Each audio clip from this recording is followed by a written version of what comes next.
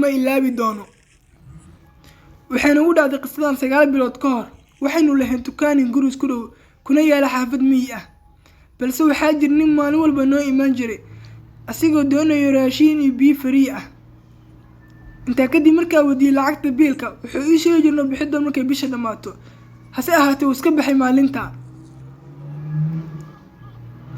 muddo kadib aabahay iyo hooyada oo wada casheynaya, aniguna aan ciyaarayay ciyaarista video gameska. daqiiqado kadib waxaa imaaday ninkii asigoo doonaya raashin iyo biyo free ah. hooyaday iyo aabahay aad bay u caroodeen. aabahay ninka wuxuu u sheegay inuu lacag iska bixi lacagta biilka, intaa kadib uu sii doono wax cunto free ah. intaa kadib waxay bilaabeen isku qeyliyaan. hooyaday way soo kaxaysay. muddo kadib waxaanu aragnay aabahay inuu fadhiyo kursi watana qori AKM ah.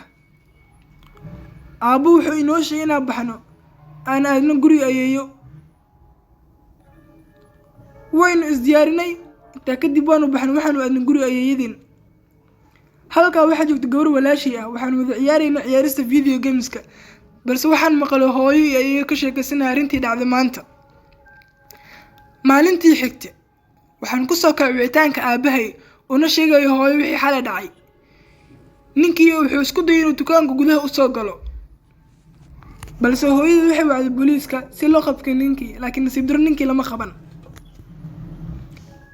maalintii xigtay aabbo wuxuu inoo sheegay inuu dhintay eegii yaraa. haweene ka mid ah islaan dariskeena ayaa waxay aragtay nin wata faas. way ka dhuumatay, balse waxay aragtay ninkii oo u sii socda dhanka eegii rabana inuu dilo, wuxuuna ku dhuftay faaskii. dhacdaas foos xun kadib habeen waliba waxaa inoo imaan jiray aabahay saaxiibadii iyo naadeeradii si ay waqtina la qaataan. muddo kadib ninkii ilaa hadda lama qabanin, balse wuxuu isku dayay inuu soo weeraro.